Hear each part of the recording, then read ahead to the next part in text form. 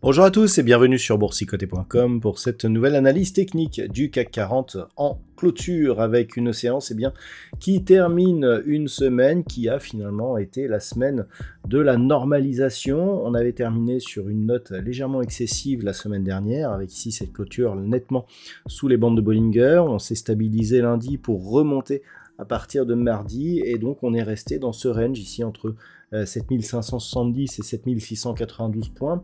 La zone supérieure était symbolique puisqu'elle représentait le gap ici qui avait été ouvert suite à l'accélération de vendredi. On n'a jamais réussi à revenir sur cette zone. La séance d'hier qui a marqué le plus haut de la semaine est venue s'en approcher, mais on n'a pas réussi à combler ce gap.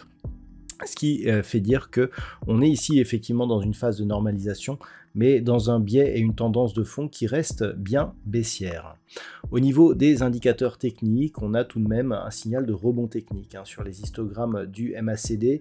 Le RSI ici est en train de tester une ligne que j'avais tracée qui en cas de cassure détecterait une possible sortie donc de la dynamique baissière. Au niveau des volumes, nous étions sur une séance à 4 sorcières, donc il est tout à fait logique que l'on ait ici ces volumes nettement supérieurs à la moyenne. Ce que l'on peut noter par contre, c'est que sur cette séance à 4 sorcières, on n'a pas réussi justement à valider la cassure haussière de cette zone des 7692 points. Donc on est toujours clairement dans cette tendance baissière.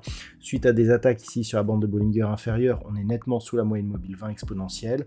On n'a pas cassé des niveaux qui auraient pu nous permettre de commencer à affaiblir cette dynamique baissière. Donc on est toujours clairement dans un rebond qui s'inscrit dans une poursuite de mouvements baissiers. Au niveau du palmarès des valeurs, nous avons quelques valeurs qui profitent un petit peu de cette séance. Alors, on clôture à 7628,57 et le CAC 40 perd 0,56% par rapport à la clôture de la séance d'hier, mais on a quelques valeurs qui parviennent tout de même à rester dans le vert, à l'image de Danone qui gagne presque 2%, Engie plus 1,44%, ou Kering plus 1,25, derrière Edenred ou LVMH sont sur des hausses inférieures à 1%. Au niveau des plus fortes baisses, on retrouve Saint-Gobain qui perd 3,61%, Renault moins 2,99%, derrière Téléperformance, ArcelorMittal ou Veolia Environnement sont sur des pertes inférieures à 2%. Donc on est dans une configuration de stabilisation. On voit ici que les 4 dernières séances de la semaine, c'est-à-dire hormis celle de lundi, on a oscillé ici dans cette zone.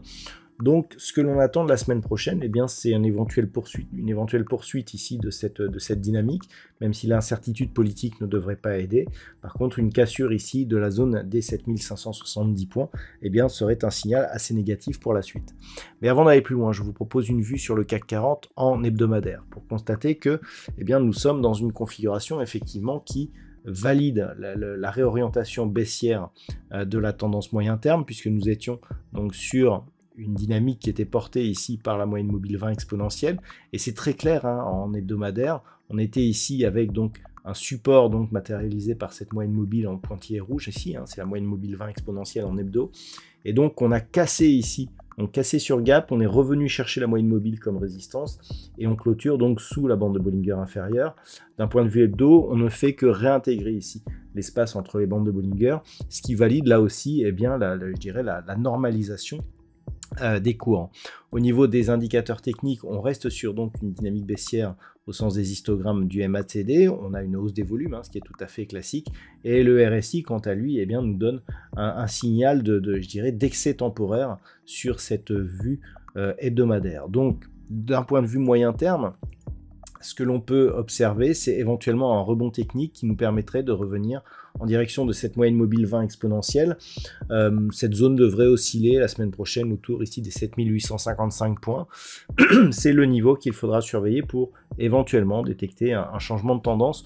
On le voit clairement sur ce graphe, la zone ici des 7910 points qui a été support ici sur toute cette phase, ici encore, eh bien, elle est devenue résistance d'un point de vue moyen terme. C'est donc cette moyenne mobile ici et cette zone des 7910 points qu'il faudra casser à la hausse pour commencer à sortir de cette dynamique baissière. Tant que l'on sera en dessous, on pourra certes avoir des signaux d'affaiblissement de cette dynamique, et encore que sur l'hebdomadaire, eh bien, on n'aura pas ces signaux tant que l'on n'aura pas cassé cette zone, mais globalement, c'est vraiment ce niveau qu'il faudra observer. Par contre, si les cours cassent ici cette zone de support qui a été le théâtre des points bas de cette semaine quasiment et de la semaine dernière, c'est la zone des 7472 points. Là, clairement, on aura un signal de poursuite. Après, ici, contact sur la boîte inférieure. Si on continue à descendre, eh bien, on pourrait accélérer d'une manière relativement forte. Donc, la zone d'alerte ici, 7472 points à la baisse et 7910 points à la hausse. Voilà donc ce que l'on peut dire sur la vue hebdomadaire. Si on revient sur la vue daily, comment appréhender cette prochaine séance la semaine prochaine? Tant que l'on est dans ce range ici, on peut considérer que l'on est dans une phase de neutralisation liée justement à cette normalisation, mais sans reprise. C'est-à-dire on a une crainte qui reste donc, prégnante, qui pourrait être réactivée sur rupture de la zone des 7570 points. Et en cas de cassure de cette zone, eh bien, on pourrait aller chercher le précédent point bas, voire le rafraîchir pour continuer à évoluer d'une manière baissière et relativement dynamique. Si on revenait au-delà des 7692 points, on aurait ce gap ici qui serait comblé et on commencerait à revenir ici en direction de la moyenne mobile 20 exponentielle qui va descendre un petit peu comme ça la semaine prochaine. Eh bien, tant que l'on n'aura pas cassé cette moyenne mobile, eh bien, on sera toujours dans une tendance baissière. On le voit bien ici, on est venu tester cette moyenne mobile et ensuite on accélère à la baisse, ce qui nous indiquait qu'on était toujours dans cette tendance baissière. Vous voyez que le setup de retournement ici, inscription ici sur ce support, on retrouve la moyenne mobile comme résistance et on casse le nouveau plus bas. Donc là, on est clairement dans le début d'une tendance baissière. On n'a pas eu encore de rebond sur la moyenne et le premier rebond sera assez intéressant à observer pour voir justement si on reste dans cette tendance ou si on cherche à changer le sens du mouvement.